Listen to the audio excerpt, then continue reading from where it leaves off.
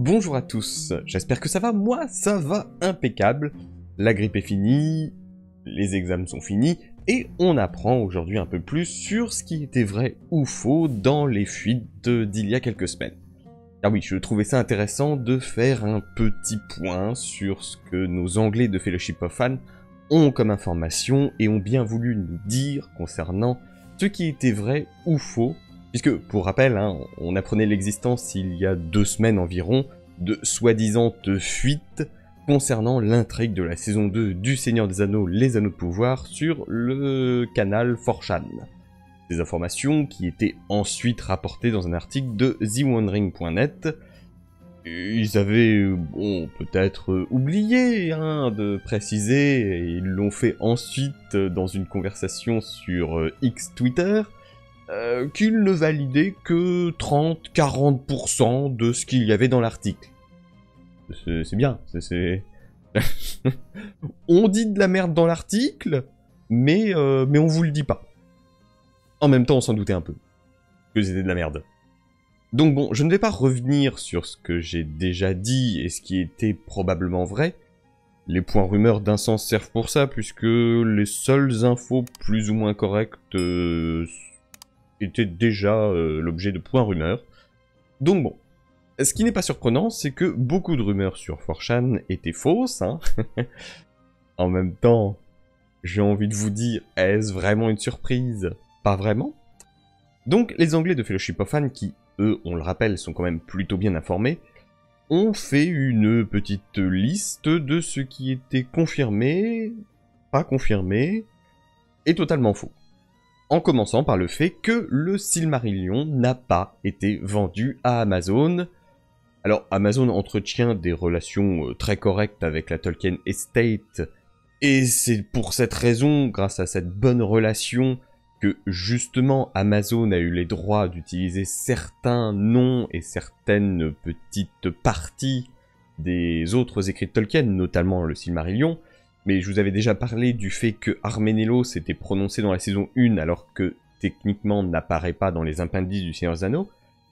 Et de même, il semblerait, selon les informations des Anglais, que Anatar puisse être prononcé dans la série alors que techniquement Amazon n'en a pas les droits. Mais tout cela provient de ces fameux accords entre guillemets dessous de table et autres entre Embracer / la Tolkien Estate et Amazon.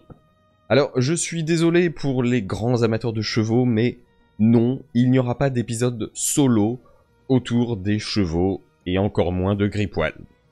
Le tout avec peu de dialogue. Voilà, on s'en doutait, mais bon. Vaut quand même mieux préciser, il n'y aura pas ça. Pas ça parce que, selon les informations toujours des Anglais, il y aurait une apparition, ou en tout cas des scènes avec Sauron dans chacun des épisodes de la saison 2. De l'épisode 1 à 8. Or, un épisode centré uniquement sur les chevaux, ça laisserait assez peu de place. Alors, pour les amoureux de chevaux, il y aura toujours matière, c'est le Seigneur des Anneaux, on peut pas faire une série Seigneur des Anneaux sans un petit peu de chevaux. Mais il n'y aura pas d'épisode dédié.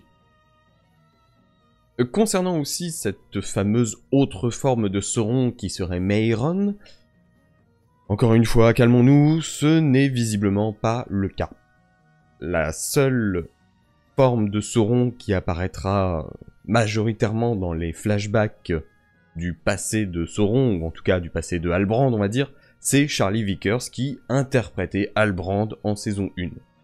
C'est encore une fois très logique, et encore une fois, le défaut premier de la saison 1 était le rythme. Alors, faire un épisode 1 entier sur du passé, c'est pas ça qui donne du rythme à une série.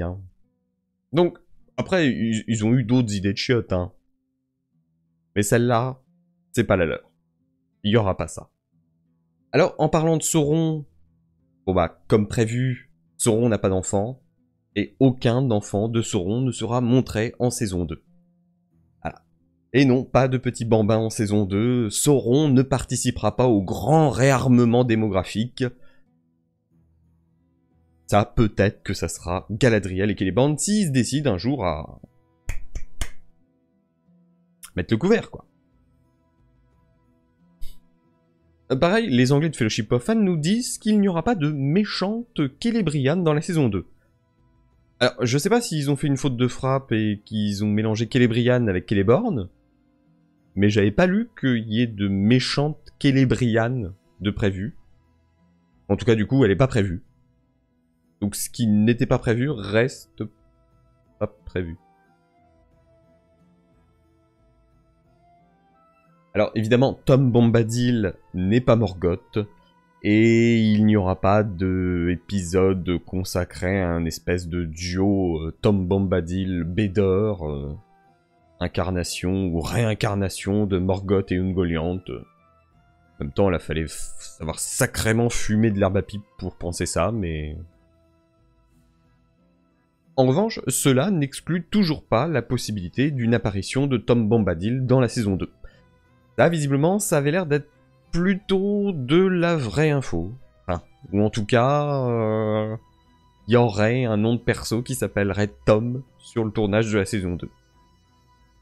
La section de création musique des Ainur, alors, c'était cool sur le papier, hein, ça donnait envie à tout le monde, mais... pareil. Il y aura pas en saison 2, je doute qu'il y aura en saison 3, 4, 5, il n'y aura juste pas. S'il devait y avoir eu, ça aurait été dans le premier épisode de la première saison.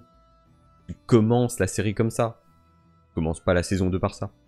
Et au-delà, je pense que le flashback de l'histoire d'Albrand, etc., pourrait être juste, on va dire, l'introduction de l'épisode 1 de la saison 2.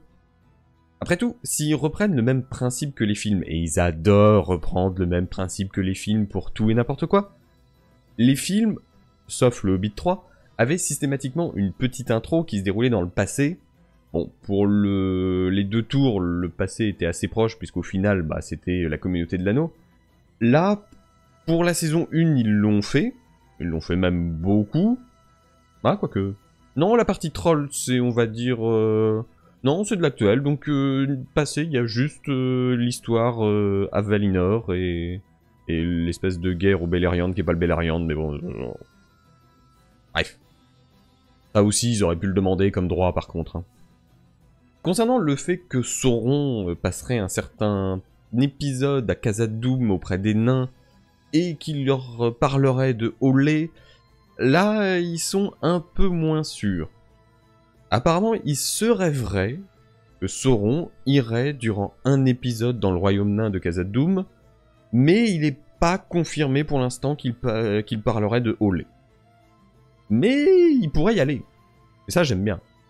Concernant Sauron, toujours, l'anneau unique sera forgé dans la saison 2, probablement bien avant l'épisode final, et on ne sait pas encore dans quel épisode ce sera, mais ce sera avant l'épisode 8. Après, c'est assez raccord au livre, hein. Théoriquement, il crée l'anneau avant d'aller récupérer, ou en tout cas d'essayer d'aller récupérer les autres en Eregion. Par contre, là, on entre dans le pas sûr.